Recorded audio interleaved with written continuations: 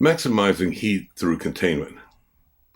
That's a catchy little phrase, but it's exactly what I mean in this particular video.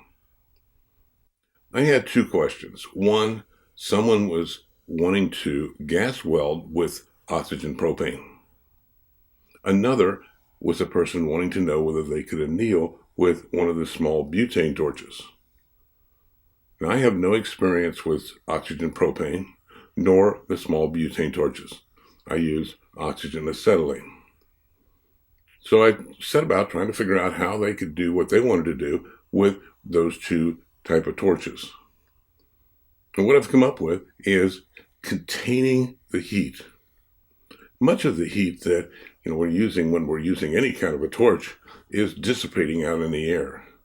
So how to focus it more so that the heat is contained, so you're getting the maximum value of the heat.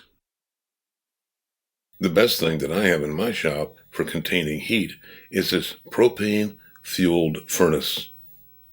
As you can see, the only heat loss is through the front opening.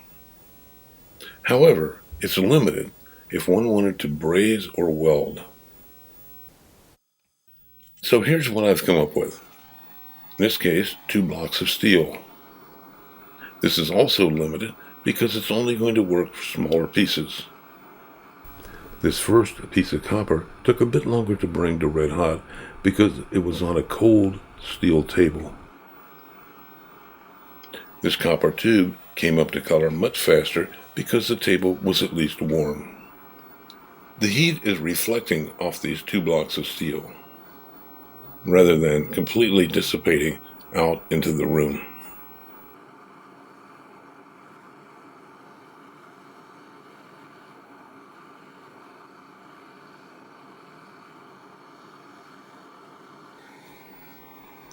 Here are a couple of standard bricks. Fire brick might be better, but I didn't have any fire brick.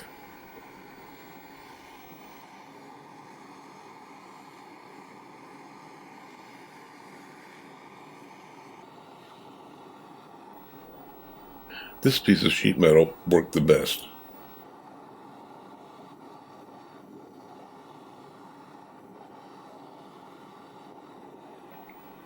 So this is simple, yet effective. This is something you might try when working on smaller pieces and needing more heat. I compared the heat coming off the sheet metal to just the propane flame on the table. The heat coming off the sheet metal was much hotter.